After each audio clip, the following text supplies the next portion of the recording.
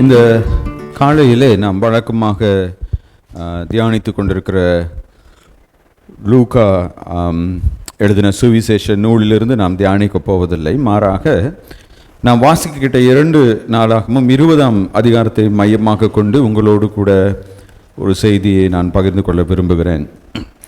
இந்த நாளின் செய்திக்கான தலைப்பு ஜெயம் தரும் தேவன், God who gives us victory. நம்முடைய வாழ்க்கையிலே நமக்கு வெற்றியை கொடுக்கிற ஒரு தேவன். நம்ம எல்லாருடைய வாழ்க்கையிலுமே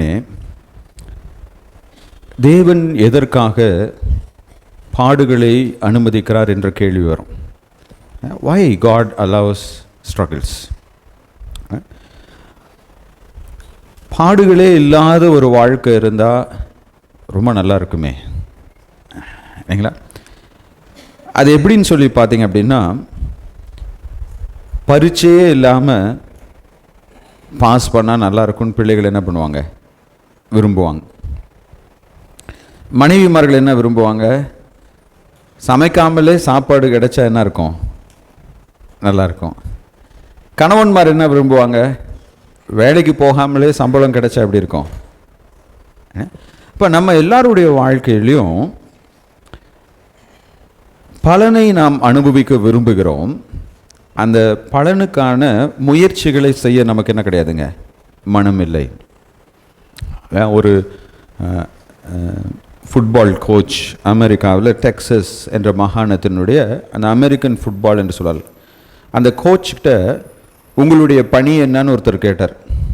அந்த பணி என்னன்னு சொல்லி அவர் எப்படி எக்ஸ்பிளைன் பண்ணார் அப்படின்னா, என்னுடைய டீமில் இருக்கிறவங்க என்ன செய்யக்கூடாதோ அதை செய்ய வைக்கிறது தான் என்னுடைய வேலை அப்படின்னாரு. அப்போ உடனே அந்த கேள்வி கேட்டவருக்கு ரொம்ப ஆச்சரியம். என்னங்க, அவங்க என்ன செய்ய விருப்பம் இல்லையோ அதை செய்ய வைக்கிறீங்களே, ஏன்? அவங்க என்ன ஆகணும்னு விரும்புகிறாங்களோ, அவங்க என்ன ஆகணும்னு விரும்புகிறாங்களோ அதை அடையணும்னா அவங்க என்ன செய்ய விரும்பலையோ அதை நான் செய்ய வைக்கணும். இப்போ அந்த பத்திரிக்கை எல்லாருக்கும் புரியல. கொஞ்சம் எக்ஸ்பிளைன் பண்ணுங்கய்யா அப்படின்னு. என்னென்னா, இவங்க யாருக்கும் காலையில் 4 மணிக்கு எந்திரிக்கிறது என்ன பண்ணாது, பிடிக்காது. ஆனால் நான் அவங்களை எல்லாத்தையும் 4 மணிக்கு என்ன பண்ணணும், எந்திரிக்க வைக்கணும். இவங்க யாருக்குமே பயிற்சி செய்கிறது என்ன பண்ணாது, பிடிக்காது. அவங்களுக்கு என்ன பிடிக்கும், பெரிய ஸ்டேடியத்தில் வந்து எல்லாத்துக்கும் முன்னாடி என்ன பண்ணணும், ஃபுட்பால் விளையாடணும்னு பிடிக்கும். ஆனால் அந்த ஃபுட்பால் அவங்க விளையாடணும் அப்படின்னா அதுக்கு இவங்க என்ன பண்ணணும், கடுமையான பயிற்சி எடுக்கணும். அதே போல் இவங்க யாருக்குமே ஆரோக்கியமான உணவு சாப்பிட்றது என்ன பண்ணாது, பிடிக்காது. அவங்களுக்கு எல்லாம் பர்கர், பீஸா, நூடுல்ஸ், பாஸ்தா இதெல்லாம் தான் என்ன பண்ணும். ஆனால் இது எதுவுமே நான் அவங்கள என்ன பண்ண மாட்டேன், இப்போ இதெல்லாம் நான் செஞ்சாதான் அவங்க என்ன ஆகணும்னு சொல்லி விரும்புகிறாங்களோ அந்த சிறந்த விளையாட்டு வீரர்களாக அவங்க என்ன பண்ண முடியும், மாற முடியும். அப்போ நம்ம எல்லாருடைய வாழ்க்கையிலையும் நான் இயேசு கிறிஸ்துவை போல இருக்கணும், நான் பரிசுத்தமாக இருக்கணும், நான் பாவம் செய்யாமல் இருக்கணும், நான் கடவுளுக்கு உண்மையாக நான் என்ன பண்ணணும், வாழணும், நான் கடவுளுக்காக என்ன பண்ணணும், ஏதாவது ஊழியம் செய்யணும், இல்லை பிரயோஜனமாக இருக்கணும் அப்படின்னு சொல்லி நம்ம ஆசைப்படுறோம். அப்போ நம்ம கடவுளுக்காக அவருக்கு பிரியமானவர்களாய் வாழ வேண்டுமே என்றால் கடவுள் இந்த பாடுகளின் மூலமாக தான் நம்மளை என்ன பண்ணுறாருங்க, பக்குவப்படுத்துகிறார். எப்படி ஒரு விளையாட்டு வீரர்கள் அவர்கள் என்ன செய்ய விரும்பலையோ அதை அந்த கோச் செய்ய வைக்கிறாரோ, அவங்க எதை அடைய வேண்டும் என்பதற்காக அதை அவர்கள் செய்ய வைக்கிறாரோ, அதே போல் நாம் என்னவாக மாற விரும்புகிறோமோ அப்படி நாம் மாறுவதற்காக தெய்வம் நம்முடைய வாழ்க்கையில் அனுமதிக்கிறது என்னதுங்க, பாடுகள், பிரச்சனைகள். இந்த அதிகாரம் நம்மளே நிறைய பேருக்கு நல்ல தெரிந்த ஒரு அதிகாரமாக இருக்கலாம். A very familiar Bible passage. யோசபாத் என்ற ஒரு ராஜா. இஸ்ரவேல் மக்களுடைய முதல் ராஜா யாருப்பா, சவுல். அதுக்கப்புறம் தாவீது. அதுக்கப்புறம் யார் வந்தா, சாலமோன் ராஜாவுக்கு அப்புறம் என்ன நடந்ததுன்னு யாருக்காவது தெரியுமா? அந்த ராஜ்யம் என்ன ஆச்சுங்க, 2 பிரிஞ்சிருச்சு. 2 பிளவுபட்டதுக்கு அப்புறம் அந்த 2 ராஜ்யத்துக்கும் பேர் என்ன வைத்தாங்க, என்ன பேர் வச்சாங்க? வடக்கு ராஜ்யத்துக்கு பேர் என்னதுங்க, இஸ்ரவேல். தெற்கு ராஜ்யத்துக்கு பேர் என்னதுங்க, யூதா. இப்போ அந்த யூதாவினுடைய 4ஆம் ராஜா தான் யாரு, இந்த யோசபாத் என்ற மன்னன். இந்த யோசபாத் என்ற மன்னனுடைய தகப்பன் பேர் ஆசா. இவங்க 2 பேருமே ரொம்ப நல்ல ராஜாக்கள். யூதாவை 20 ராஜாக்கள் அரசாண்டாங்க. 19 ராஜாக்கள், இஸ்ரவேலை 20 ராஜாக்கள் அரசாண்டாங்க. அந்த 19 ராஜாக்கள்ல 7 பேர் தான் நல்ல ராஜா, மற்றவங்க ரொம்ப மோசமானவங்க. அந்த நல்ல ராஜாக்கள்ல ஒருத்தர் யாருங்க? இந்த யோசபாத். இவருடைய அப்பாவும் என்னதுங்க? ஒரு அருமையான ஒரு ராஜா. அப்போ ஒரு நல்ல ஒரு குடும்பத்திலிருந்து வந்த ஒரு தெய்வ பயமுள்ள மனிதன். சரி, இவரை பற்றி வேற என்ன நமக்கு தெரியும்? 2 நாளாகமம் 17ஆம் அதிகாரம் 3ஆம் வசனத்தை யாராவது ஒரு வாசிக்கலாம். கர்த்தர் யாரோட இருந்தாருங்களா? யோசபாத்தோடு இருந்தார். அவன் பாகால்களை தேடாமல் தன் தகப்பனாகிய தாவீது முன்னாட்களில் நடந்த வழிகளிலே நடந்து. 4ஆம் வசனத்தையும் வாசிக்கலாம். யெகோவாவை தேடி இஸ்ரவேல், அதாவது தேவனை விட்டு விலகி செல்கின்ற மக்களைப் போல அவன் நடவாமல் அவருடைய நியாய பிரமாணத்தின்படி, அவருடைய கற்பனைகளின்படி, அவருடைய வார்த்தைகளின்படி அவன் என்ன பண்ணாங்க? வாழ்ந்தான். அப்ப இந்த யோசபாத் யாரு அப்படின்னு சொல்லி நம்ம பார்த்தோம்னா, அவன் இஸ்ரவேலின் ராஜாக்களை போல மோசமான ராஜா கிடையாது. அவன் தாவீதை போல கடவுளை தேடுகிறவனாக என்ன பண்ணா இருந்தான். தேவன் யாரோட இருந்தாருங்க? இந்த யோசபாத்தோடு இருந்தார். கர்த்தர் அவனோடு கூட இருந்தார். ஆனா இங்க என்ன நடக்குது? 20ஆம் அதிகாரத்துல முதல் 2 வசனங்கள் வாசிக்கலாம். தேவன் அவனோடு கூட இருக்கிறாரு. அவன் கர்த்தருக்கு பயந்து அவருடைய வழிகளிலே நடக்கின்றான். ஆனா இப்ப என்னதுங்க? அவனுக்கு ஒரு பேர் ஆபத்து வருது. அந்த வசனம் வாசிக்க கேட்டோம் அப்படின்னா, ஏராளமான ஜனங்கள் கடலுக்கு அக்கறையில் இருக்கிற சீரியாவிலிருந்து வந்திருக்கிறார்கள். யாரோடு கூட வந்திருக்கிறாங்க? முதல் அதிகாரத்தில் மோவாப் புத்திரரும் அம்னோன் புத்திரரும் அம்மோனியருக்கு அப்புறத்தில் உள்ள மனுஷரும் கூட. இப்போ இது நம்ம கற்றுக்கொள்கிற முதல் காரியம் என்னவென்றால், தேவனுடைய பிள்ளைகள் இந்த உலக பாடுகளிலிருந்து விலக்கப்பட்டவர்கள் அல்ல. See, God's people are not spared from the troubles of this world. தேவனுடைய பிள்ளைகள் இந்த உலக பாடுகளிலிருந்து விலக்கப்பட்டவர்கள் அல்ல. நம்ம என்ன நினைக்கிறோம்? கர்த்தர் யாரோடு கூட இருக்கிறாரோ அவங்களுடைய வாழ்க்கையில் என்ன இருக்காதுங்க? கஷ்டம் இருக்கக்கூடாது, பிரச்சனை இருக்கக்கூடாது. பிசாசானவன் தேவனுடைய சமூகத்தில் நின்று சொல்றான், நான் உலகம் ஃபுல்லா சுத்திட்டு வரேன் ஆண்டவரே. அப்ப கடவுள் அவன்கிட்ட கேட்கிறாரு, என் தாசனாகிய யோபுவை பார்த்தாயா? இந்த உலகத்தில் அவனை போல யார் கிடையாதுங்க. அப்போ இந்த உலகத்தில் இருந்த மனிதர்களிலேயே தலை சிறந்த பக்திமான் யாருங்க? யோபு. ஆனா அந்த புஸ்தகம் முழுவதுமே அவனுடைய வாழ்க்கையில் என்ன பண்ணாங்க? படாத பாடுபட்டான். அவன் பிள்ளைகள் இறந்து போனாங்க, மனைவி அவனை என்ன பண்ணிட்டா? விட்டுட்டு போயிட்டா, நண்பர்கள் கை விட்டுட்டாங்க, அவன் யாரெல்லாம் நம்பினாங்களோ எல்லாருமே அவன் என்ன பண்ணிட்டாங்க? விட்டு விலகிட்டு போனாங்க. உடம்பு ஃபுல்லா வியாதி. அவன் என்ன பண்ணாங்க? சாம்பலிலே உட்கார்ந்திருந்தான். இப்போ நம்ம ஆலயம் முடிஞ்ச உடனே ஒருத்தர் வந்து நம்மகிட்டலாம் காசு கேட்க வருவாருங்க இல்லைங்களா? எத்தனை பேர் நீங்கள்? அவரை விட பரிதாபமான நிலையில் யோபு இருந்தான். யோபுவோட கம்பேர் பண்ணுறப்ப இவர் வாழ்க்கை என்னதுங்க? எவ்வளவோ பரவாயில்ல. ஆனால் யாருக்கு அது வந்ததுங்க? கடவுளே வியந்து, என் தாசனாகிய யோபுவை போல ஒருவனும் இல்லையே என்று சொன்னார். ஆனால் அவனுடைய வாழ்க்கையில் தான் அந்த பாடுகள் என்ன பண்ணான். இப்போ இங்கே யோசேபாத்தோடு தேவன் இருந்தார். இந்த யோசேபாத்தோடு தேவன் இருந்த போதும் கூட அவன் ஒரு மிகப்பெரிய எதிரி கூட்டத்தை சந்திக்கிறான். சரி, இந்த எதிரி கூட்டத்தார் யாருன்னு சொல்லி நம்ம பார்த்தோம்னா, அம்மோன் புத்திரரும் மோவாபியரும். இவங்க யாருடைய பிள்ளைகள்? அம்னோன் மோவாப் யாருடைய பிள்ளைகள்? லோத்தினுடைய பிள்ளைகள்.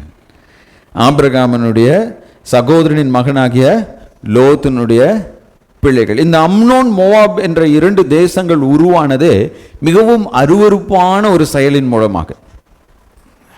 தன்னுடைய சொந்த தகப்பன் மூலமாக 2 பிள்ளைகளை, அவருடைய 2 மகள்கள் என்ன பண்றாங்க? பெற்றுக்கொள்றாங்க. அவங்க தான் அம்னோன் மோவாப் என்ற. அடுத்து நீங்க பார்த்தீங்க அப்படின்னா இந்த மோவாப் அம்னோன். அப்புறம் அம்மோனியருக்கு, இந்த அம்மோனியர்கள் யாரு? அம்மோனியர்களுக்கு அப்புறத்திலிருந்து ஒருத்தவங்க வராங்கன்னு சொல்றாங்க இல்லையா?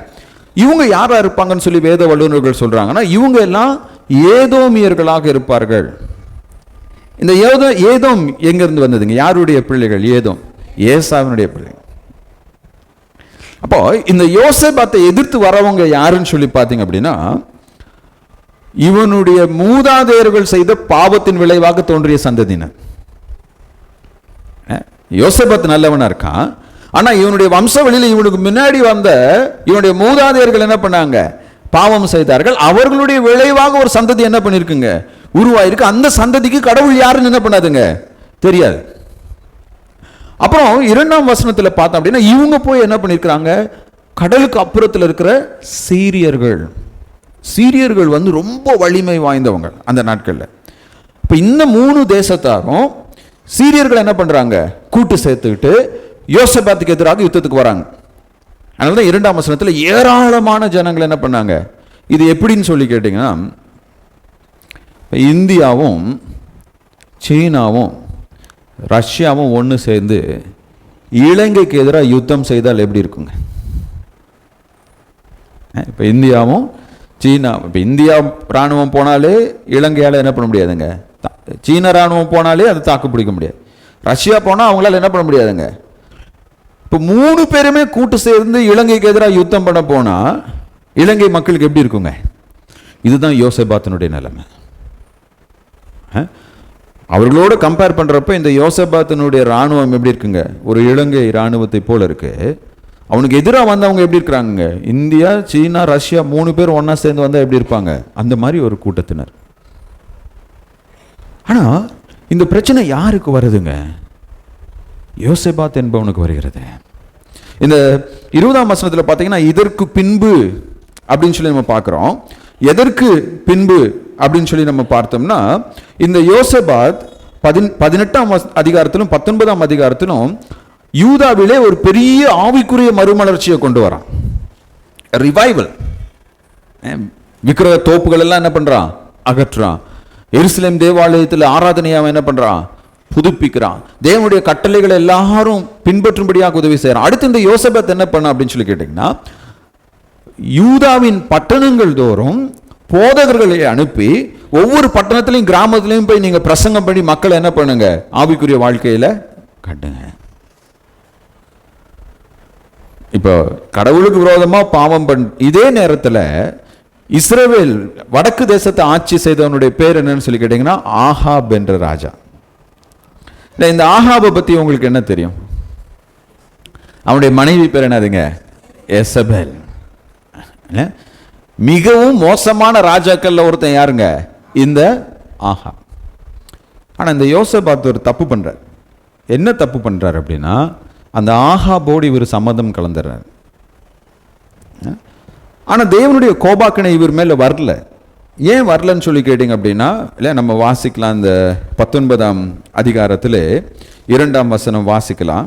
நம்ம ஞான திருஷ்டிக்காரன் என்றால் தீர்க்கதரிசி என்ற அர்த்தம். ஏகு என்னும் ஞான திருஷ்டிக்காரன் புறப்பட்டு, அப்போ இந்த ஏகு என்ன சொல்றாரு, நீ அந்த ஆகாபோட கூட்டு வச்ச பார்த்தியா, கடவுள் உன்னை என்ன பண்ணியிருப்பாரு, அழிச்சிருப்பார். அவருடைய கடும் கோபம். இந்த வசனத்தை வாசிச்சப்ப எனக்கு ஒரு ஆச்சரியமான காரியம் என்னன்னா, பொல்லாதவனாகிய ஆகாப கடவுள் விட்டுட்டாரு, எதுவும் சொல்லல. ஆனா அந்த பொல்லாத ஆகாபோட கூட்டு சேர்ந்த யோசபாத் மேல கடவுளுக்கு என்ன வந்ததுங்க, கோபம் வந்தது. ஏன்னா வேதம் சொல்லுது, தீங்கு நாளுக்காக அவர் துன்மார்க்கனை என்ன பண்ணாருங்க. இப்ப துன்மார்க்கருக்கு என்று கடவுள் ஒரு நாளை வைத்திருக்கிறார். அது வரைக்கும் அவங்க மேல நீடிய பொறுமையா அவங்களுக்கு மனம் திரும்ப இடம் கொடுக்கிறார். ஆனால் கடவுளுடைய பிள்ளைகளாகிய நாம் அந்த துன்மார்க்கமான மனிதர்களோடு ஒருபோதும் என்ன பண்ணக்கூடாதுங்க, கூட்டு சேர்க்கூடாது. அப்படி கோபம் வர இருந்தது. இருந்தாலும் 19ஆம் அதிகாரம் 3ஆம் வசனம், நீ ஒருவேளை அவனோடு சேர்ந்திருந்தாலும் யூதாவிலே நீ கர்த்தருக்காக செய்த நல்ல காரியங்கள் நிமித்தமாக தேவன் என்ன பண்ணிட்டாரு, விட்டுட்டாரு. அப்போ இந்த யுத்தம் யோசபாத் ஆகாபோட செய்த பாவத்து நிமித்தமாக வர கிடையாது. இப்போ இது ஏங்க வருது? இது ஒரு விசுவாச சோதனை. It is a test of faith. தேவன் அநேக நேரங்களிலே இந்த உலகத்திற்கு நம்முடைய விசுவாசத்தை எப்படி காண்பிக்கிறார் என்றால், நம்முடைய போராட்டங்களின் மத்தியிலே நாம் எவ்வாறு கடவுளுக்கு மன உறுதியாக இருக்கிறோம் என்பதன் மூலமாக தான் காண்பிக்கிறார்.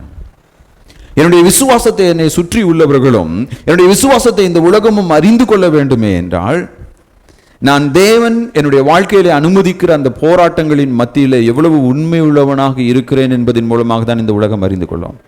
ஆபிரகாம் ஈசாக்கை பலி செலுத்த முற்படவில்லை என்றால் ஆபிரகாமுடைய விசுவாசம் என்னவென்று நமக்கு என்ன பண்ணிருக்காதுங்க, தெரிந்திருக்காது. இயேசு கிறிஸ்துவானவர் கல்வாரி சிலுவையிலே தன்னுடைய ஜீவனை நமக்காக ஒப்பு கொடுக்கவில்லை என்றால் அவருடைய தியாகமும் அன்பும் எப்பேற்பட்டது என்று நம்மளால் என்ன பண்ணிருக்க முடியாதுங்க, விளங்கி இருக்க முடியாது. லாசரு மரித்து அடக்கம் பண்ணப்படாவிட்டால் அவனால் உயிரோடு என்ன பண்ணிருக்க முடியாதுங்க, எழும்பி வந்திருக்க முடியாது. அப்ப நம்ம எல்லாருடைய வாழ்க்கையிலும் நம்முடைய விசுவாசத்தை நம்மை சுற்றி இருக்கிறவர்களும் இந்த உலகமும் அறிந்து கொள்ள வேண்டும் என்பதற்காக தேவன் இப்படிப்பட்ட பாடுகளை நம்முடைய வாழ்க்கையிலே அனுமதிக்கிறவராக இருக்கிறார். அப்ப இந்த சூழலிலே யோசபாத் என்ன செஞ்சார்? எங்க இவ்வளவு கஷ்டம், இந்த சூழ்நிலையிலே யோசபாத் என்ன செஞ்சாரு? இரண்டாவதாக, தேவனுடைய பிள்ளைகள் தங்களுடைய பயங்களை ஜெபத்தினால் சந்திக்கிறவர்களாக இருக்கிறார்கள். God's people face their fears with prayer or in prayer. இப்போ இந்த யோசபாத் எவ்வளவு பெரிய ராஜா, மிகப்பெரிய ஒரு ராஜா. ஆனா அவன் என்ன செய்யறான்னு சொல்லி நம்ம பார்க்கலாம். 3வது வசனம், 20ஆம் அதிகாரம் 3ஆம் வசனம். அப்பொழுது யோசபாத் என்ன பண்ணாங்களா? பயந்து, fear. இப்ப தேவனுடைய பிள்ளைகள் பயப்படாதவர்கள் அல்ல, அவர்களுக்கு என்ன இருக்குங்க, பயம் இருக்கு. ஆபிரகாம்கிட்ட ஆண்டவர் சொல்றாரு, 2 முறை தோன்றி சொல்றாரு, உனக்கு நான் ஒரு குமாரனை கொடுப்பேன்னு சொல்லிட்டு. ஆனா ஆபிரகாம் கடவுளை பார்த்து சொல்றான், ஆண்டவர் இந்த வயசுல எனக்கு குழந்தை பிறக்குமா? என்னுடைய வேலைக்காரனாகிய எலியாசரன் என்னுடைய சந்ததியா நீங்க என்ன பண்ணுங்க, கொடுங்க சுவாமி. விசுவாசத்தின் தகப்பனாகிய ஆபிரகாமுக்குள்ளார விசுவாசமின்மையை நம்ம என்ன பண்றோம், பார்க்கிறோம். யோவான் ஸ்தானகன், ஸ்திரீகளுக்குள்ளாக பிறந்த மனிதர்களே மிகப்பெரியவன் என்று அழைக்கப்படுகிற யோவான் ஸ்தானகன் திடீர்னு ஒரு நாள் 2 சீசர்களை இயேசு கிறிஸ்து அனுப்புறாரு. எதுக்காக அனுப்புறாருன்னா, வருகிறவர் நீர்தானா இல்ல வேறொருவர் வர நாங்கள்? இவர்தான் இயேசு கிறிஸ்து என்ன சொல்றாரு, உலகத்தின் பாவத்தை சுமந்து தீர்க்கிற தேவ ஆட்டுக்குட்டி என்று அறிமுகப்படுத்தி அவருக்கு ஞானஸ்தானம் கொடுத்தது யாரு? இந்த யோவான் ஸ்தானகன். ஆனா அதே யோவான் ஸ்தானனுடைய உள்ளத்துல என்ன கேள்வி வருதுங்க, நீர்தானா? சில நேரங்களிலே நாம் பயப்பட வேண்டிய காரியங்களுக்கு பயப்படாமல் இருக்கிறது தான் நம்முடைய பிரச்சனை. இந்த எதிரிகளை பார்த்த உடனே யோசபாத் என்ன பண்றாங்க, பயப்படுறாங்க. ஏன் பயப்படுறான் அப்படின்னா, இவர்களை என்னால் என்ன பண்ண முடியாதுங்க, மேற்கொள்ள முடியாது. ஆனால் பயந்த யோசபாத் அடுத்து என்ன செஞ்சான் அப்படிங்கிறது தான் ரொம்ப ஆச்சரியமான ஒரு காரியம். வாசிக்கலாம் அந்த வசனத்தை தொடர்ந்து. அப்பொழுது யோசபாத் பயந்து கர்த்தரை தேடுகிறதற்கு ஒருமுகப்பட்டு யூதாவெங்கும் என்ன பண்ணாங்க. இப்போ நீங்க யோசபாத் ராஜா, உங்ககிட்ட பெரிய ஒரு இராணுவம் இருக்கு, ஒரு பெரிய தேசம் உங்க கையில் இருக்கு. இப்போ எதிரி நாட்டுக்காரன் என்ன பண்ணிட்டான், உங்க தேசத்துக்கு 25 மைலுக்கு பக்கத்தில் வந்து கூட ஆரம்பிட்டுட்டான். நீங்க என்ன பண்ணுவீங்க? சாதாரணமா ஒரு ராஜா என்ன பண்ணுவார்? கிஷோர் என்ன, நாட்டு மக்களுக்கு நல்லது செய்யணும். அப்ப எப்படி நல்லது செய்யலாம்? எதிரி வந்து சூழ்ந்துட்டான்.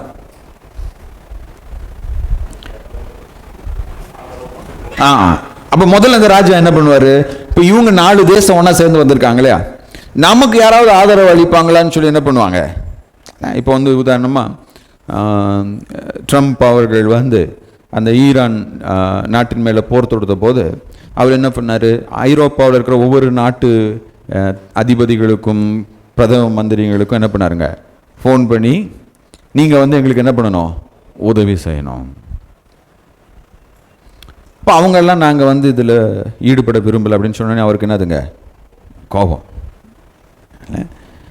இப்போ பொதுவாக ஒரு ராஜா என்ன பண்ணுவார், முதல்ல யாரெல்லாம் நமக்கு உதவி செய்வான்னு ஒத்தாசையை நாடுவார். வேற என்ன பண்ணுவாருங்க, வேற என்ன செய்வார் ஒரு ராஜா? ராணுவ மந்திரிகளெல்லாம் என்ன பண்ணுவாருங்க, கூப்பிட்டு அப்போ என்னென்ன ஆயுதம் இருக்கு, எவ்வளோ நாள் யுத்தத்தை நம்ம என்ன பண்ண முடியும், தாக்கு பிடிக்கும். அப்போ மிலிட்ரி ஸ்ட்ராட்டஜி.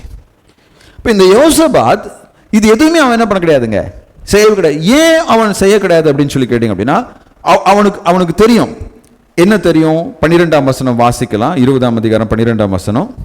ஏன் அவர் ஒரு ராணுவ ஸ்ட்ராட்டஜியை டெவலப் பண்ணல, ஏன் வேற யாரையுமே கூப்பிடல அப்படின்னா, அவர் சொல்றாரு, எங்களுக்கு என்ன கிடையாது, பலன் இல்லை, எங்களுக்கு உதவி செய்யறதுக்கு யாருமே என்ன பண்ண மாட்டாங்க, வர மாட்டாங்க. இந்த ஆகாப் ராஜா கூட எங்களுக்கு என்ன பண்ண மாட்டாருங்க, அவரும் அவருடைய சந்ததியாரும் எங்களுக்கு உதவி செய்ய போவது கிடையாது, சுத்தியில் இருக்கிற யாரும் எங்களுக்கு உதவி செய்ய மாட்டாங்க, நாங்கள் கைவிடப்பட்டவர்கள், எங்களுக்கு என்று யாருமே இல்லை. ஆகையினால உடனடியாக அவர் என்ன பண்றாருங்க, he calls for prayer. எப்படிங்க? யூதாவெங்கும் உபவாசத்தை அவன் என்ன பண்ணா, கூறுவித்தான். வேற எங்கேயாச்சும் இப்படி ஒரு சூழ்நிலையை பார்க்கிறோமா? எல்லாரையும் உபவாசம் பண்ணும்படியாக யாராவது கேட்டுக்கொண்டார்களா? எஸ்தர்ல நம்ம வாசிக்கிறோம்.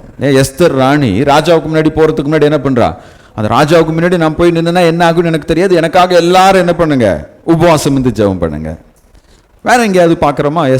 எஸ்தர் இல்லாமல் யோனாவுடைய நாட்கள், அங்க நீங்க பார்த்தீங்க அப்படின்னா நினிவேவின் மக்கள் என்ன பண்றாங்க, உபவாசம் வந்து கர்த்தருடைய சந்ததியில் என்ன பண்றாங்க, காத்திருக்கிறாங்க. எனக்கு அன்பானவர்களே, நம்முடைய வாழ்க்கையில் இருக்கிற பயங்களையும் பிரச்சனைகளையும் பாடுகளையும் நாம் முழங்காலில் நின்று உபவாசத்தில் நின்று நிச்சயமாக என்ன பண்ண முடியுங்க, மேற்கொள்ள முடியும்.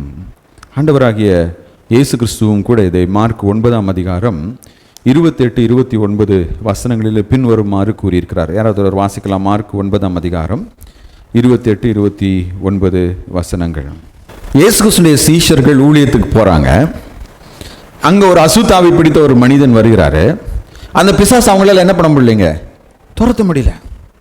அப்ப இந்த சீஷர்கள் கேட்கிறாங்க, எங்களால ஏன் இந்த பிசாச இல்லையா, இந்த நபருடைய மகன் உடைய பிசாசை என்ன பண்ண முடியல, துரத்த முடியல அப்படின்னு சொல்லி கேட்டபோது இயேசு கிறிஸ்து அவங்கள பார்த்து என்ன சொன்னாருங்க, உபவாசத்தினாலும் ஜபத்தினாலும் அல்லாமல். இப்ப நம்முடைய வாழ்க்கையிலும் கூட சில நேரம் நம்முடைய திராணிக்கு மிஞ்சின பாடுகள் நமக்கு வரும்போது, இந்த யோசபாத்தை போல ஒருவரும் உதவுவாரற்ற ஒரு சூழ்நிலைக்குள்ளாக நம்ம போகும்போது, நான் அடுத்து என்ன செய்வதுன்னே எனக்கு தெரியல, அந்த சூழ்நிலையிலே தேவன் நாம் அவர் சன்னதிக்கு முன்பதாக உபவாசத்திலே தரித்திருக்கும்படியாக என்ன பண்றாருங்க, அழைக்கின்றார். இயேசு கிறிஸ்து தன்னுடைய ஊழியத்தை தொடங்குவதற்கு முன்பதாக எத்தனை நாட்கள் உபவாசம் வந்து ஜெபித்தார்னு பார்த்தாங்க, 40 நாட்கள். மோசே எத்தனை நாட்கள் அந்த நியாயப்பிரமாணத்தை பெற்றுக்கொள்வதற்காக சீனாய் மலையில் இருந்தாருங்க, 40 நாட்கள்.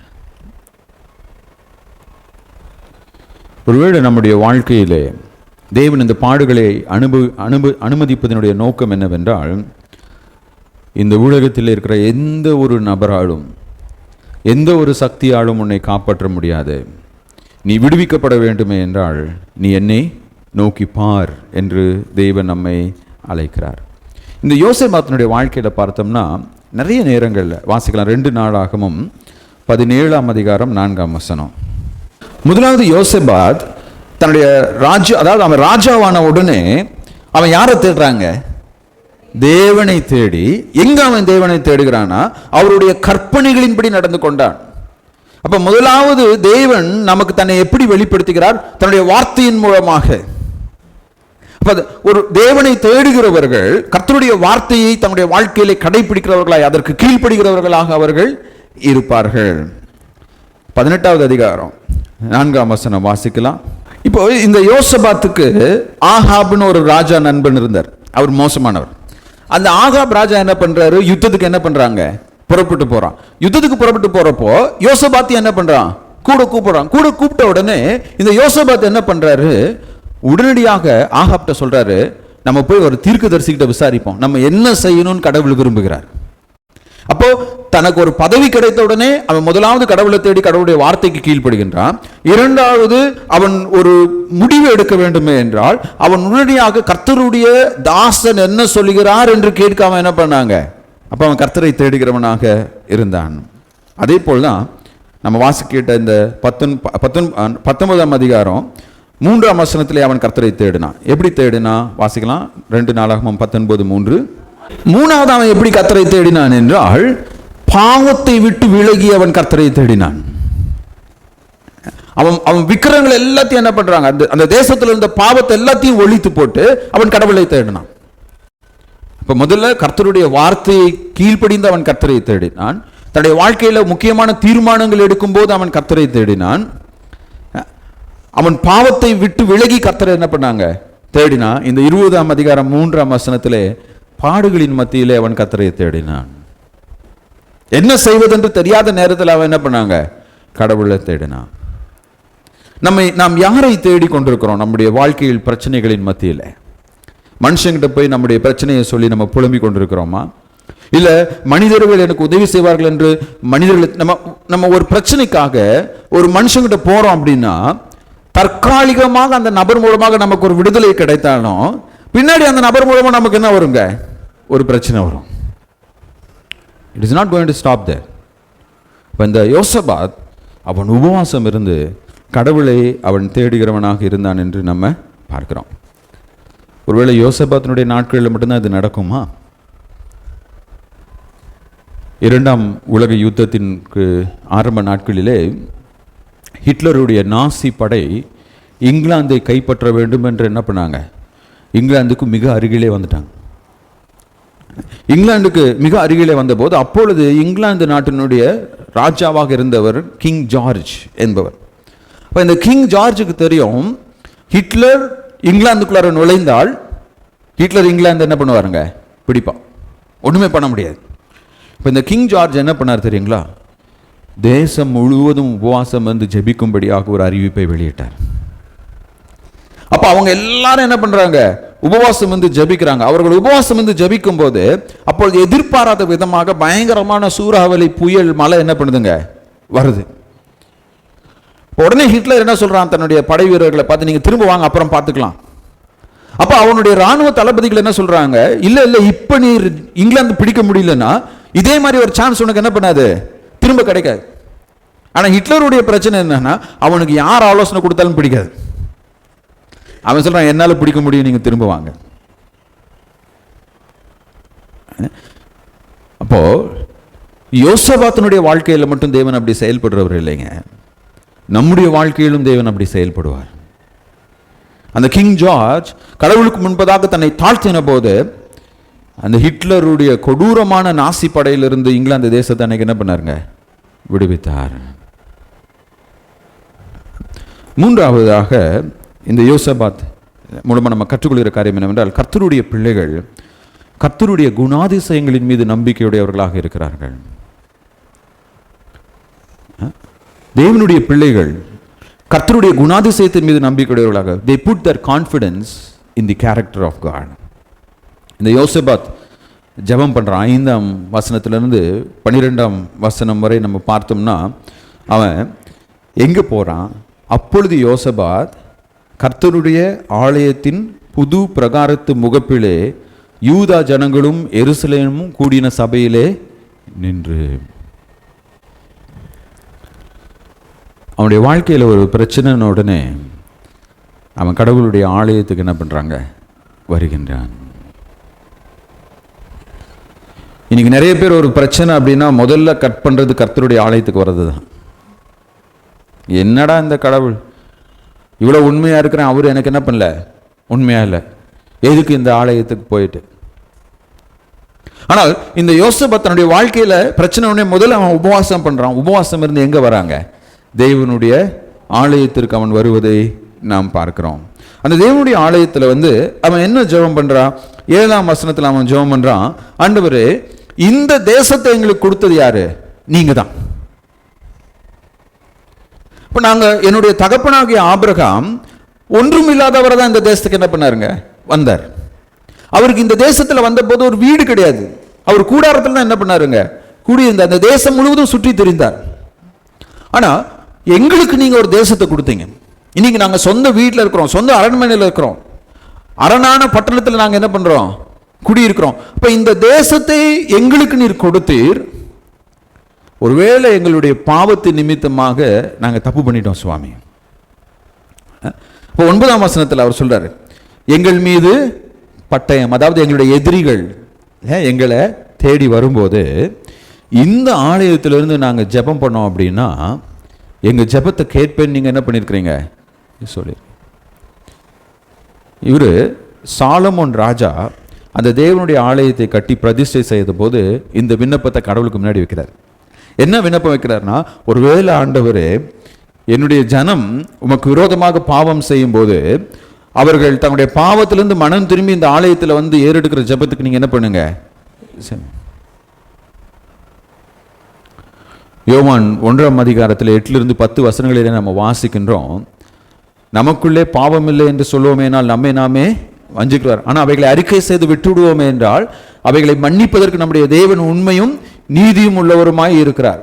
அப்போ முதலாவது இவன் என்ன பண்றான், தன்னுடைய பாவத்திலிருந்து மனம் திரும்பி கடவுளுக்கு முன்பதாக தன்னை தாழ்த்தி கடவுளை நோக்கி பார்க்கிறான். அவன் எது நம்புறான் அப்படின்னா, என் தேவன் இரக்கம் உள்ளவர், கிருபை உள்ளவர், மன உருக்கம் உள்ளவர். ஒருவேளை நாங்கள் அவருக்கு விரோதமாக பாவம் செய்யும் போது அவர் எங்க மேல கோபம் கொள்ளலாம், அவர் எங்களை சிட்சிக்கலாம், அவர் எங்களை தண்டிக்கலாம். ஆனா நாங்க எப்போ நாங்க மனம் திரும்பி அவர்கிட்ட எங்களை மன்னியும் ஆண்டவரேன்னு சொல்லி கதறுகிறோமோ அப்பொழுது அவர் எங்களுடைய பாவத்தை அவர் என்ன பண்ணுவாருங்க. இப்ப தேவனுடைய அந்த மன்னிப்பின் குணத்திலே அவன் என்ன பண்ணாங்க, நம்பிக்கை வைத்தான். ஒருவேளை அவன் பின் திரும்பி பார்த்திருப்பான். என்ன திரும்பி பார்த்திருப்பான், நான் இவ்வளோ நல்ல காரியங்கள் பண்ணியிருந்தாலும் அந்த ஆகாபோட நான் என்ன பண்ணிருக்க கூடாது, கூட்டு வைத்திருக்க கூடாது. அதை தேவனிடத்தில் என்ன பண்றாங்க, அறிக்கை இடுகின்றான். எனக்கு அன்பானவர்களே, நம்முடைய தேவன் மன உருக்கமும் நீடிய பொறுமையும் கிருபையும் உள்ளவர். அவர் நம்முடைய பாவங்களுக்கு தக்கதாய் நம்மை தண்டிக்கிறவர் அல்ல.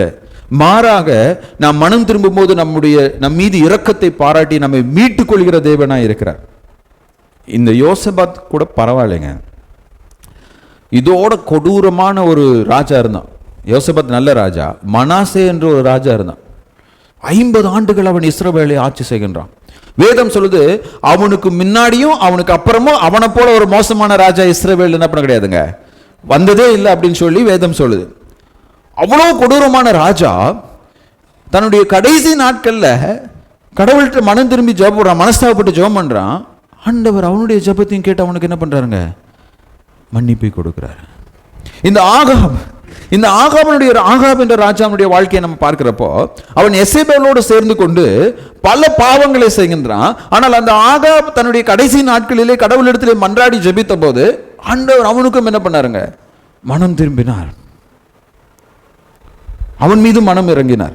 ஆண்டவருடைய கிருபை என்று சொல்லும் போது அதை ஒருவரும் கற்பனை பண்ணி பார்க்கவே முடியாது. இந்த ஆகாபுக்கெல்லாம் கடவுள் மனம் இறங்குவாரா, மனம் இறங்கினார். அப்படி பொல்லாத அந்த ஆகாபுக்கு மனம் இறங்கின தேவன் நம்முடைய பாவங்களிலிருந்து நாம் மனம் திரும்பும் போது நம் மீது மனதுருகி நம்மை மன்னித்து நம்மை அரவணைக்கிற தேவனாக இருக்கிறார். அந்த தேவனுடைய குணத்தின் மீது அவன் நம்பிக்கை வைத்தான். அடுத்து அவன் எதன் மேல நம்பிக்கை வைக்கிறான், கடவுளுடைய வார்த்தையின் மீது நம்பிக்கை வைக்கிறான். இப்படி இவங்க எல்லாம் அழுது புலம்பி என்ன செய்வதென்று தெரியாமல் அவர்கள் தத்தளிக்கும் போது 14ஆம் வசனம் வாசிக்கலாம். இப்போ இவங்க எல்லாம் நம்ம ஜெபம் பண்றப்ப தேவன் என்னங்க செய்வார், நம்முடைய வாழ்க்கையில் என்ன செய்வதென்று அறியாமல் நாம் உபவாசம் வந்து ஜெபிக்கும் போது தேவன் தன்னுடைய வார்த்தையை நமக்கு அனுப்புகிறவராக இருக்கிறார். He sends his word. என்ன சொல்றாரு, 15வது வசனம் வாசிக்கலாம். பாருங்களேன், தேவனுடைய பிள்ளைகள் தேவனை சார்ந்து கொள்ளும் போது நம்முடைய பிரச்சனைகள் நம்முடையது இல்லை, அது யாருடையதா மாறுதுங்க, தேவன். அதனால பேதுரு சொன்னார், அவர் உங்களை விசாரிக்கிறபடினால் உங்கள் கவலைகள் எல்லாம் நீங்க என்ன பண்ணுங்க. நம்முடைய பிரச்சனை என்னது, அந்த கவலையெல்லாம் நம்ம மீது நம்ம என்ன பண்றது கிடையாதுங்க, அவர் மீது நம்ம வைக்கிறது கிடையாது. அதை நம்முடைய மனதிலே சுமக்கிறோம், நம்முடைய எண்ணங்களிலே சுமக்கிறோம்.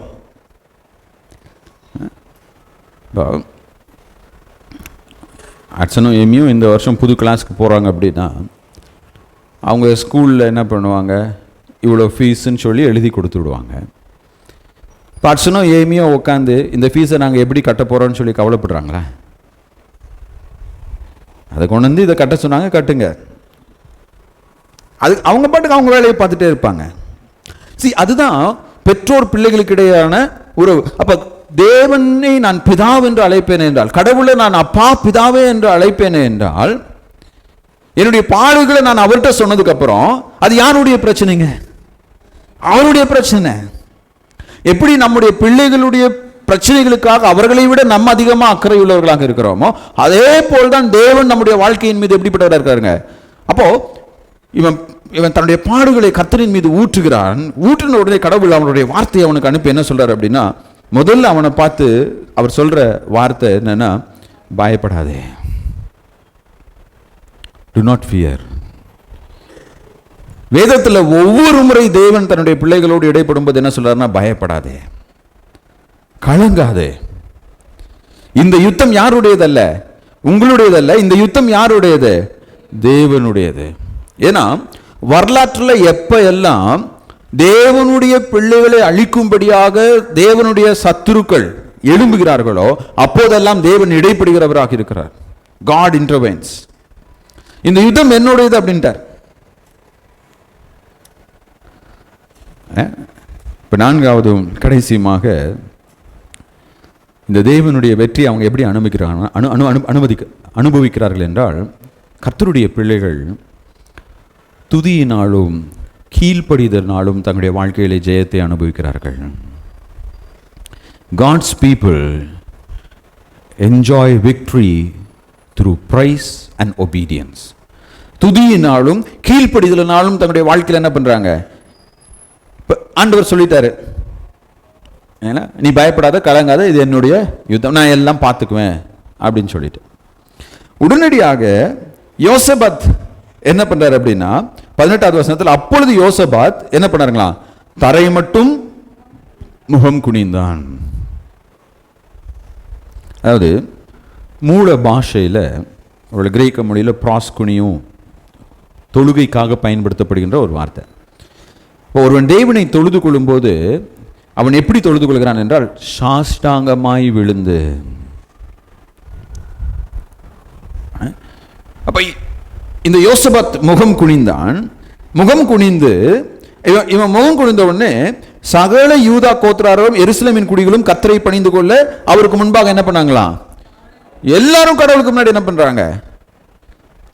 This is a beautiful picture of worship.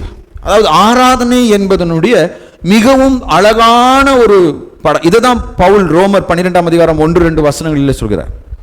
ஆராதனை என்பது என்ன? இந்த உலகத்திற்கேற்ற ஒத்த வேஷம் தெரியாமல் தேவனுக்கென்று தேவனுடைய சித்தத்தை செய்யும்படியாக உங்களை அர்ப்பணிக்கிறது. இன்னைக்கு இந்த ஆராதனைங்கிறதவே என்ன பண்ணிட்டாங்க? கிறிஸ்தவ உலகத்தில் மாத்திட்டாங்க. ஆராதனை என்னது? சர்ச்சுக்கு வரணும்பா, ஒரு குத்தாட்டம் போடணும், நல்லா என்ன பண்ணணும், வாய் விட்டு அழுது புலம்பி சிரிச்சு என்ன வேணாலும் பண்ணிட்டு போறப்போ மன நிறைவா போகணும். இந்த பெங்களூர் போன்ற பெருநகரங்கள், நம்ம நவீன்லாம் லண்டனில் இருக்கார், அங்கெல்லாம் நம்ம பார்த்தோம்னா பப்ஸ்ன்னு இருக்கும். இந்த வெள்ளி சனி ஞாயிறு நீங்கள் அந்த பப்ஸ் வந்து எப்படி இருக்கும்னா நிரம்பி வழியும்.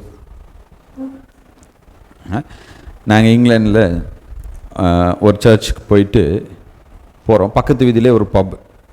அப்போ அந்த பாஸ்டர் சொன்னார், நீங்கள் சர்ச்சுக்கு வந்தீங்க, எங்கள் சர்ச்சில் என்ன கிடையாது, ஆள் இல்லை, ஆனால் இதுக்குள்ளார போனோம்னா இது ஃபுல்லாக இன்றைக்கி என்ன பண்ணுவாங்க, ரிசர்வ் பண்ணணும், ரிசர்வ் பண்ணிட்டு தான் என்ன பண்ண முடியும்.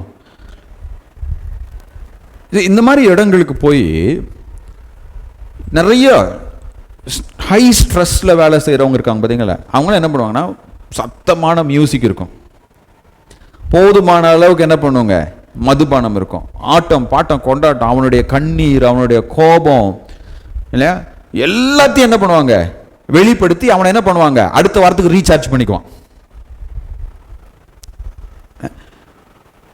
இன்னைக்கு சபை ஆராதனை என்பது அப்படி என்ன பண்ணிருச்சுங்க, வார நாள் ஃபுல்லா பண்ணாத அட்டூழியெல்லாம் பண்ணிட்டு சர்ச்சில் வந்து என்ன பண்றது, அப்பா பிதாவே ஸ்தோத்திரிக்கிறேன் அப்படின்னு சொல்லி அல்லேலூயா சொல்லிட்டு மறுபடியும் போய் அதே வாழ்க்கையை வாழ்றது ஆராதனை கிடையாதுங்க. ஆராதனை என்பது தேவனுடைய சித்தத்திற்காக என்னை அர்ப்பணிப்பது.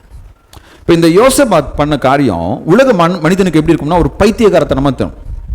இப்போ உலகத்தில் இருக்கிறவங்க என்ன சொல்லியிருப்பாங்க, டேய் நீங்கள் எல்லாம் சேர்ந்து எல்லாத்துக்கும் யுத்தத்தை பழக்கி கொடுத்து எல்லார் கையிலையும் கத்தியை கொடுத்து சண்டை போட சொல்லி ஒரு 2 நாள் பயிற்சி வைக்கிறத விட்டுட்டு கோயிலில் போய் சாஷ்டாங்கமாக விழுந்து என்ன பண்ணுறீங்க.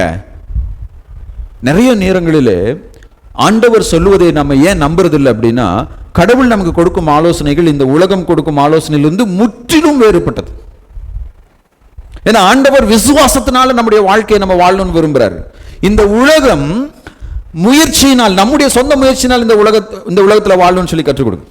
இப்போ ஆண்டவர் சொல்றாரு, எரிகோவுக்கு போன உடனே யோசுவாக்கிட்ட 6 நாள் சுற்றிட்டு வாங்கப்பா, டெய்லி ஒரு தடவை. 7வது நாள் 7 தடவை சுற்றி வாங்க. இப்போ இவங்கெல்லாம் சுற்றினப்போ எரிகோ மக்கள்லாம் மேலே நின்று என்ன பண்ணிட்டு இருப்பாங்க?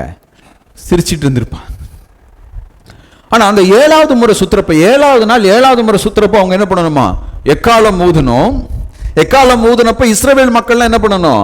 ஆர்ப்பரிக்கணும். ஆர்ப்பரிக்கிறப்ப என்ன பண்ணுங்க? இப்போ இந்த 7 நாள் இவன் அமைதியாக சுற்றினப்போ கூட இவனுங்க ஏதோ பண்ணுறானுங்கன்னு கூர்ந்து என்ன பண்ணியிருப்பான்? கவனிச்சிருப்பான். ஆனால் இந்த 7வது நாள் 7வது தடவை சுற்றுறப்ப இவனுங்கெல்லாம் என்ன பண்ணுறாங்க? சத்தம் போடுறதை பார்த்தவனே அவன் நினச்சிருப்பான் பைத்தியம் முத்திருச்சு. ஆனால் தேவன் சொன்னதை அவங்க செஞ்சாங்க. அந்த எரிகோவின் மதில்கள் என்ன பண்ணுச்சுங்களாம்? இடிந்து விழுந்தது. அந்த பட்டணத்தை அவங்க என்ன பண்ணாங்க? அப்ப அதே மாதிரி இங்க எதிரி வந்து என்ன பண்ணிட்டு இருக்கிறாங்க? எப்படா நம்மளை அழிக்கலாம்னு சொல்லி காத்திருக்கிறான். இவங்க வந்து என்ன பண்றாங்க? கோயில்ல சாஷ்டாங்கமா விழுந்து கடவுளை தொழுது கொண்டிருக்கிறாங்க. தாவீதுனுடைய சங்கீதங்கள்லாம் நம்ம எடுத்து வாசிச்சு பார்த்தோம் அப்படின்னா, அவனுடைய சொந்த மகனே அவனை கொலை செய்ய வரான். எல்லாரும் வந்து அப்சலோம் உன்னை கொலை செய்ய வராரு அப்படின்னு சொல்றப்ப தாவீது பொறுமையா என்ன பண்றாங்க? ஒரு பேப்பரும் பேனாவும் எடுத்து ஒரு கவிதை எழுதிட்டு இருக்காரு, கடவுளை துதித்து. அவரை சுத்தி இருந்தவங்களும் அவரை பார்த்து என்ன நினைச்சிருப்பாங்க?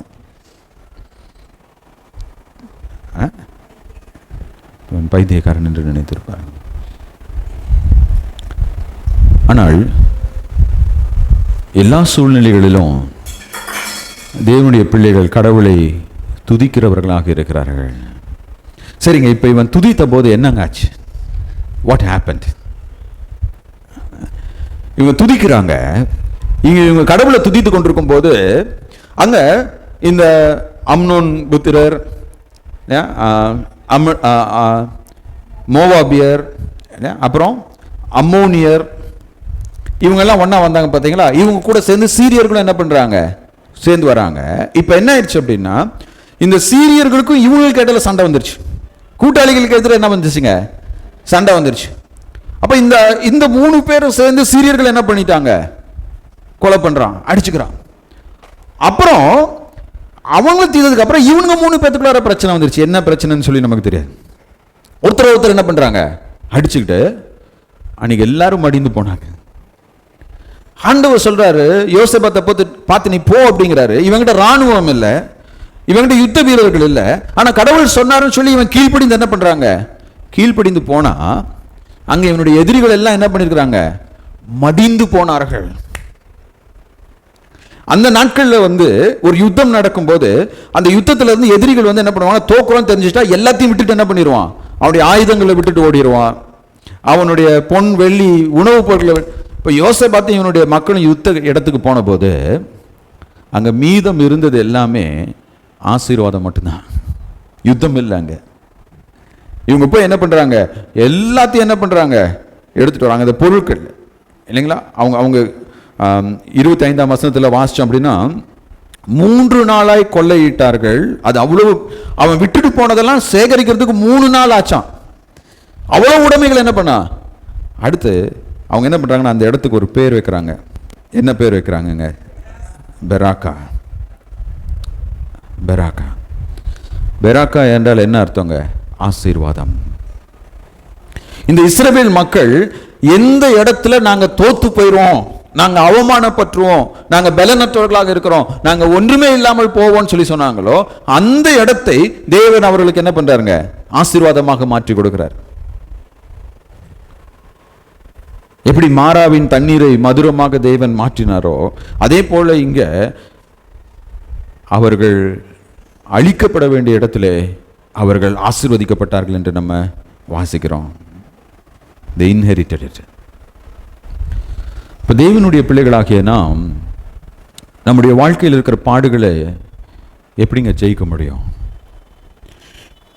உபவாசத்தினால் நாம் தேவனை தேடும் போது, தேவனுடைய குணாதிசயங்களை நாம் நம்பும் போது, அதே போல துதிக்கும் போது, நாம் துதிக்கும் போது தேவன் பெரிய காரியங்களை நமக்காக என்ன பண்ணுவாருங்க? செய்வார். நாம் கீழ்ப்படிந்து முன்னோக்கி செல்லும் போது தேவன் நமக்காக பெரிய காரியங்களை செய்வார். இந்த யோசேபாத் வெற்றி கிடைச்சதுக்கு அப்புறம் துதிக்கலைங்க. அவன் காரிருள் தன்னை சூழ்ந்திருந்த போது அவன் தேவன் என்ன பண்ணாங்க? அவன் துதித்தான். தேவன் அவனுக்காக என்ன பண்ணாருங்க? செயல்பட்டார். மறுபடியும் இது யோசேபாத்தினுடைய நாட்களில் மட்டும்தான் நடக்குங்களா? இல்லைங்க. கிபி 722 ஆண்டு பிரான்ஸ் எல்லைகளிலே டூர்ஸ் என்ற ஒரு நகரம் இருக்கிறது. வரலாற்றிலே இதை டூர்ஸின் மகா யுத்தம் என்று சொல்வார்கள், த பேட்டில் ஆஃப் டூர்ஸ். அது என்ன யுத்தம் என்று கேட்டோம்னா, 622 ஆண்டு முதல் 722 ஆண்டு வரை இஸ்லாம் அரேபிய பாலைவனத்தில் உருவாகி அவங்க என்ன பண்ணாங்க அப்படின்னா, ஆசியாவின் தென்கிழக்கு பகுதிகளையும் ஆப்பிரிக்காவின் வட பகுதிகளையும் என்ன பண்ணாங்க, கைப்பற்றிட்டாங்க. அது எல்லா இடத்தையும் அவங்க என்ன பண்ணிட்டாங்க, எருசலேமை பிடிச்சிட்டாங்க, அந்தியோக்கியாவை பிடிச்சிட்டாங்க, சீரியாவை பிடிச்சிட்டாங்க, எகிப்தை பிடிச்சிட்டாங்க. எல்லா இடத்துலையும் அவன் வந்தான்னா ஒன்று நீ இஸ்லாமிய மதத்தை ஏற்றுக்கொள், இல்லை என்றால் மடிந்து போ. இதுதான் நிலை. இப்போ இவங்க என்ன பண்ணுறாங்க அப்படின்னா, அந்த எகிப்திய பாலைவனத்தின் வழியாக ஸ்பெயின் நாட்டுக்குள்ளாக ஊடுருவி ஐரோப்பாவை பிடிக்க என்ன பண்ணுறாங்க, போகிறாங்க. இப்போ ஐரோப்பாவை அவங்க பிடிக்க போகிறப்போ அந்த நாட்களிலே ஐரோப்பா நாடுகள் உருவாகலை. இன்னைக்கு இருக்கிற மாதிரி ஸ்பெயின், பிரிட்டன், பிரான்ஸ்லாம் அன்றைக்கி என்ன கிடையாதுங்க, கிடையாது. அவங்க எல்லாம் பழங்குடியின மக்கள். காட்ஸ்னு ஒரு கூட்ட மக்கள் இருப்பாங்க, பர்கண்டியன்ஸ் ஒரு கூட்ட மக்கள் இருப்பாங்க, பிராங்க்ஸ்னு ஒரு கூட்ட மக்கள் இருப்பாங்க. இவங்க எல்லாம் ஒருத்தரோட ஒருத்தர் சண்டை போட்டுட்டு இருப்பாங்க. எல்லாம் பகைஞ்சர்கள், ஒருத்தனுக்கு ஒருத்தர் என்ன பண்ணாதுங்க, பிடிக்காது. அப்ப ஆனால் இந்த இஸ்லாமிய படையோ ஒரு முகமது பின் சலாம் நினைக்கிறேன், அந்த ராஜாவினுடைய கீழே ஏறக்குறைய 1,00,000க்கும் மேல ஒருங்கிணைந்த படை, ஏறக்குறைய 3 தலைமுறைகளாக யுத்தம் செய்து எல்லா நாடுகளையும் ஜெயித்த ஒரு படை இவங்க போறாங்க. அப்ப அந்த நேரத்தில் சார்லஸ் என்ற ஒரு யுத்த வீரன் அவன் என்ன பண்றான், அந்த ஐரோப்பா மக்களுக்கு எல்லாம் ஒரு அறைகூவல் கொடுக்குறான். இந்த மாதிரி இஸ்லாமிய படை நம்மை பிடிக்க வருது, நம்ம என்ன பண்ணணும், அவங்களுக்கு எதிராக யுத்தம் பண்ணணும்னு சொல்லிட்டு அவனுடைய அறைகூவலை நம்பி ஒரு கிறிஸ்துவ ராணுவம் என்ன பண்ணுதுங்க, படை திறந்து இந்த பேட்டில் ஆஃப் டூர்ஸ் என்ற இடத்துக்கு என்ன பண்றாங்க, வராங்க. வந்து அவங்க நிற்கும் போது இந்த பக்கம் போர் பயிற்சியே பெறாத ஐரோப்பிய கிறிஸ்தவ படை, அவன் கையிலலாம் என்ன கொண்டு வந்திருக்கான் அப்படின்னா, கோடாலி, விவசாயத்துக்கு என்னெல்லாம் பயன்படுத்துவானோ அவன் கையில் என்ன ஆயுதம் இருந்தது அதோட அவன் என்ன பண்ணிட்டான். ஆனா இஸ்லாமிய ராணுவம் வந்து எப்படி இருக்குதுங்க, பயங்கரமான படை தளபதியோட போதுமான ஆயுதங்களோட அவங்க வந்திருக்கிறாங்க. அந்த அந்த அந்த யுத்தத்தை வர்ணிக்கிறவங்க என்ன சொல்றாங்கன்னா, முதல் 7 நாட்கள் அவங்க ஒன்று கூடி வருவாங்களாம், சண்டை தொடங்காது, யுத்தம் தொடங்காது, திரும்ப போயிடும். ஆனால் 7வது நாள் அந்த யுத்தம் என்ன பண்ணுங்க, தொடங்கும், கடுமையான யுத்தம். அந்த யுத்தத்தின் முடிவில் இந்த சார்ல்ஸ் அந்த இராணுவ தளபதி என்ன யோசிச்சுட்டு இருப்பான்னா, இன்னைக்கு நம்ம இவ்வளோ பேரை இழந்துட்டோம், அடுத்த நாள் யுத்தத்துக்கு போனோம்னா நம்ம ஒன்றுமே இல்லாமல் போயிடுவோம், அடுத்த நாள் என்ன நடக்கும், இந்த பயத்தோடு அவன் காத்திருக்கான். காத்திருந்து அடுத்த நாள் காலையில் தன்னுடைய படையை திரட்டி கொண்டு அவன் போகிறான். அவன் கண்ணு கட்டின தூரம் வரைக்கும் ஒருத்தரும் இல்லை. இப்போ இந்த சார்ல்ஸ் என்ன யோசிக்கிறான்னா, இட் மே பி அம்புஷ், அதாவது அவர்கள் மறைந்திருந்து தாக்குவதற்காக என்ன பண்ணியிருக்கிறாங்க. அப்போ கொஞ்சம் கொஞ்சமாக அவன் போய் எல்லா இடத்தையும் வேவு பார்க்குறான் தன்னுடைய ஆட்களோட. என்ன நடந்ததுன்னு தெரியாது, வரலாற்றை எப்படி எழுதியிருக்காங்க, அன்று இரவு என்ன நடந்ததுன்னு தெரியாது. அந்த யுத்தத்தில் ஜெயிக்க வேண்டிய இஸ்லாமிய படை இரவிலே பயந்து பின்வாங்கி ஓடி போனார்கள். அப்படி ஓடி போனனால தான் இன்னைக்கு வரைக்கும் ஐரோப்பாவில் இஸ்லாம் தலை தூக்காமல் என்ன பண்ணுதுங்க, பல பல பல பல ஆண்டுகளுக்கு அப்புறம் இப்போ தான் இஸ்லாம் கொஞ்சம் கொஞ்சமாக ஐரோப்பாவை என்ன பண்ணியிருக்கிறாங்க, மைக்ரேஷன், குடியிருப்பின் மூலமாக என்ன பண்ணுறாங்க, அவங்க ஐரோப்பாவை எடுக்க முயற்சிக்கிறாங்க. ஆனால் அந்த 722 ஆண்டு அன்று இரவு என்ன நடந்ததுன்னு சொல்லி யாருக்குமே தெரியாது. கர்த்தர் அவர்களுக்கு பயங்கரத்தை என்ன பண்ணாருங்க, உண்டாக்கினார். நம்ம சில வேளைகளில் இந்த வேதத்தின் பகுதிகளை நம்ம வாசிக்கிறப்ப நம்ம என்ன நினைச்சிடறோம் அப்படின்னா, அன்னைக்கு கடவுள் அப்படி செயல்பட்டார், இன்னைக்கு கடவுள் அப்படி என்ன பண்ண மாட்டார், செயல்பட மாட்டார். ஆனால் இன்னைக்கும் கடவுள் செயல்படுகிற தேவனாக இருக்கிறாருங்க. தேவனுடைய பிள்ளைகளாகிய நம்மை சுற்றி இருக்கிற மனிதர்களை நம்மளால் என்ன பண்ண முடியாதுங்க, எதிர்த்து நிற்க முடியாது. அவர்களுக்கு பண பலம் இருக்கலாம், செல்வாக்கு இருக்கலாம், அரசியல் பின்னணி இருக்கலாம். அவங்களுக்கு முன்னாடி நம்ம நிற்கிறப்ப நம்ம எப்படி இருப்போங்க, பலன் இல்லாதவர்களாய். சில வேளைகளில் நம்முடைய வாழ்க்கையில் என்ன செய்வதென்று தெரியாத சூழ்நிலைக்குள்ளாக நம்ம என்ன பண்ணலாங்க, வந்து நிற்கலாம். ஆனால் அந்த சூழ்நிலைகளிலிருந்து நாம் கர்த்தரை நோக்கி பார்க்கும்போது கர்த்தர் நமக்காக யுத்தம் செய்கிறவராக இருப்பார். கர்த்தர் நமக்காக யாவையும் செய்து முடிக்கிறவராக இருக்கிறார். அந்த கர்த்தர் இன்றைக்கும் மாறாத தேவனாக இருக்கிறார். யோசேபாத்தின் தேவன் நம் தேவன். அவர் நமக்கு என்ன பண்ணுவாருங்க? விடுதலையை கொடுப்பார். இன்னைக்கு உங்களுடைய வாழ்க்கையிலே எந்த போராட்டத்தை நினைத்து நீங்கள் பலனற்றவர்களாக இருக்கிறீர்கள் என்று எனக்கு தெரியாது. எந்த பிரச்சனையினால என்ன செய்வதென்று தெரியாத சூழ்நிலையில் நான் இருக்கிறேன்னு சொல்லி உங்களுடைய மனதில் என்ன பாரம் இருக்கிறது என்று எனக்கு தெரியாது. ஆனால் தேவாதி தேவனுக்கு தெரியும். உங்களுக்காக யுத்தம் செய்யக்கூடிய தேவனுக்கு தெரியும். அந்த தேவனிடத்தில் எப்படி யோசேபாத் அவருடைய முகத்தை நோக்கி பார்த்தானோ அதே மாதிரி இன்னைக்கு நீங்கள் அவரை நோக்கி பார்ப்பீர்கள் என்றால் உங்களுக்கு மாபெரும் விடுதலையை அவர் கொடுக்க வல்லமை உள்ளவராக இருக்கிறார். எந்த பிரச்சனையின் மத்தியிலையும் விசுவாசிகளாகிய நாம் ஒருபோதும் சோர்ந்து போயிடக்கூடாதுங்க. ஆண்டவர் சொல்றாரு, பயப்படாதே, கலங்காதே, நான் உன்னோடு கூட இருக்கிறேன். இந்த உலகமே உன்னை எதிர்த்து நின்றாலும் நான் உனக்கு துணையாக இருப்பேன். இந்த உலகமே உன்னை எதிர்த்து வந்தாலும் நான் உனக்காக யுத்தம் செய்வேன். நீ எது நடக்காது, எது சாத்தியமில்லை என்று நினைக்கிறையோ அதை உனக்காக நான் என்ன பண்ணுவேன்? செய்து முடிப்பேன். நீ என்னை நம்புவாயா? நீ என்னை நோக்கி பார்ப்பாயா? அவரை நோக்கி பார்த்தவர்கள் வெட்கப்பட்டு போனதில்லை என்று வேதம் சொல்கிறது. தேவன் தாமே இந்த திருவசனத்தின் மூலமாக நம்மை ஆசீர்வதிப்பாராக. ஆமென்.